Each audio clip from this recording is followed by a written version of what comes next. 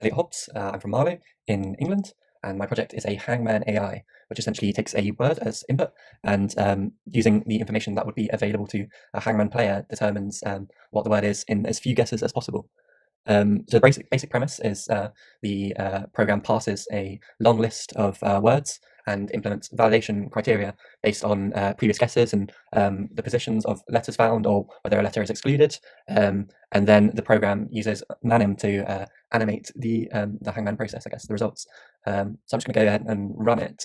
And I currently set it to low quality. You can implement a command line argument to change the quality, which I'll show later.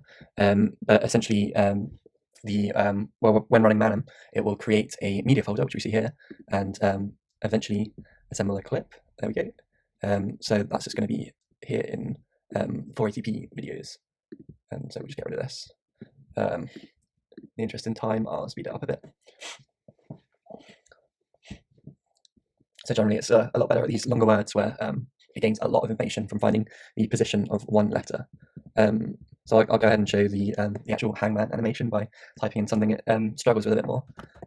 Generally something short with lots of consonants doesn't perform that well. And I put it on low quality just because the animations generally take a while to implement, especially for more difficult cases. There we go. So with this example, you can kind of see what words the program is trying. So it's, I guess, a bit more transparent. And generally, you can consider the Hangman fading away as a victory. And yeah, here would be a command line argument. It just accepts low, medium, or high. And this will appear somewhere else and take a lot longer, but maybe you have a beefier computer, maybe you can handle it. And most of the animation work is in Hangman.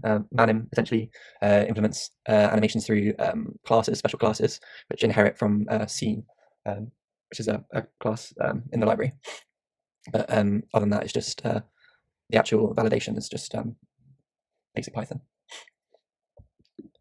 So there we go. I won't go and do high because we'll be here all day, but I can't tell the difference, but maybe that's just me. And the program doesn't accept special characters, so I chose not to have hyphenated or multiple words, and it doesn't have any way of knowing whether what you've put in is actually a word, so you could essentially just cheese it. But yeah, I think that's all I need to go through.